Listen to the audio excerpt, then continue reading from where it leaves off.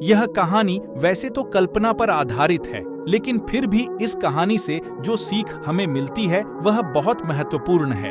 एक नए घर में एक मकड़ी अपना जाला बनाने के लिए जगह तलाश कर रही थी। मकड़ी चाहती थी कि वह एक सही जगह पर अपना जाला बना ले, ताकि उस जाले में मक्खी और मच्छर तथा अन्य जीव जंतु फंसे तो उसे खाकर अपना जीवन जी सके। तभी उसने देखा कि घर का एक कोना बिल्कुल खाली है, इसलिए मकड़ी ने उस कोने में जाला बनाने का निश्चय किया। अभी उसने जाला बनाना शुरू ही किया था कि घर के फर्श पर बैठी बिल्ली मकड़ी को देखकर हंस रही थी।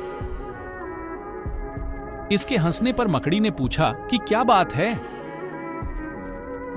तो बिल्ली ने कहा कि तुम गलत जगह पर अपना जाला बना रही हो, क्योंकि इस घर में कोई भी मक्खी, मच्छर या अन्य जीव जंतु नहीं है। अगर तुमने इस घर में जाला बनाया तो वो केवल तुम्हारी मेहनत ही होगी, तुम्हें कोई खाना नहीं मिल पाएगा।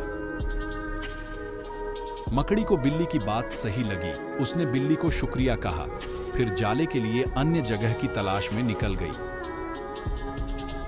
थोड़ी देर बाद उसको एक खिड़की का कोना जाला बनाने के लिए ठीक लगा और वहां मकड़ी अपना जाला बनाने लगी। तभी खिड़की के बाहर एक चिड़िया ने मकड़ी को आवाज लगाई और कहा कि यहाँ तुम्हारा जाला बनाना बिल्कुल बेकार है, क्योंकि इस खिड़की से तेज हवाएं आती जाती रहती है। इसलिए अगर तुमने यहाँ जाला बनाया तो न केवल तुम्हारा जाला टूट जाएगा, बल्कि तेज हवाएं तुम्हें भी उड़ा ले जाएंगी।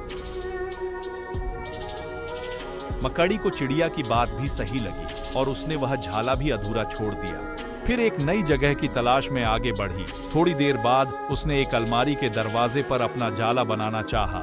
वहां झाला बनाना शुरू ही किया था कि अलमारी से एक कॉकरोच ने उसे कहा, तुम बेकार में यहाँ जाला बना रही हो, क्योंकि यह अलमारी यहाँ नहीं रहने वाली। इस अलमारी को कुछ ही दिनों में बेच दिया जाएगा, फिर तुम्हें दूसरा जाला बनाना पड़ेगा। इसलिए बेहतर है कि तुम किसी सही जगह पर अपना जाला बनाओ। ऐसा करते करते अब मकड़ी बिल्कुल थक चुकी थी। अब उसमें जाला बनाने के लिए कोई हिम्मत नहीं बची थी। वह निराश होकर एक जगह पर बैठ गई। तभी एक चींटी उसके पास आई और कहा, मैं कब से तुम्हें देख रही हूँ। तुम हर जगह आधा जाला बनाकर छोड़ देती हो और नया जाला बनाने की जगह ढूंढने लगती हो, और अब तुम्हारे अंदर नया जाला बनाने की कोई हिम्मत भी नहीं रही।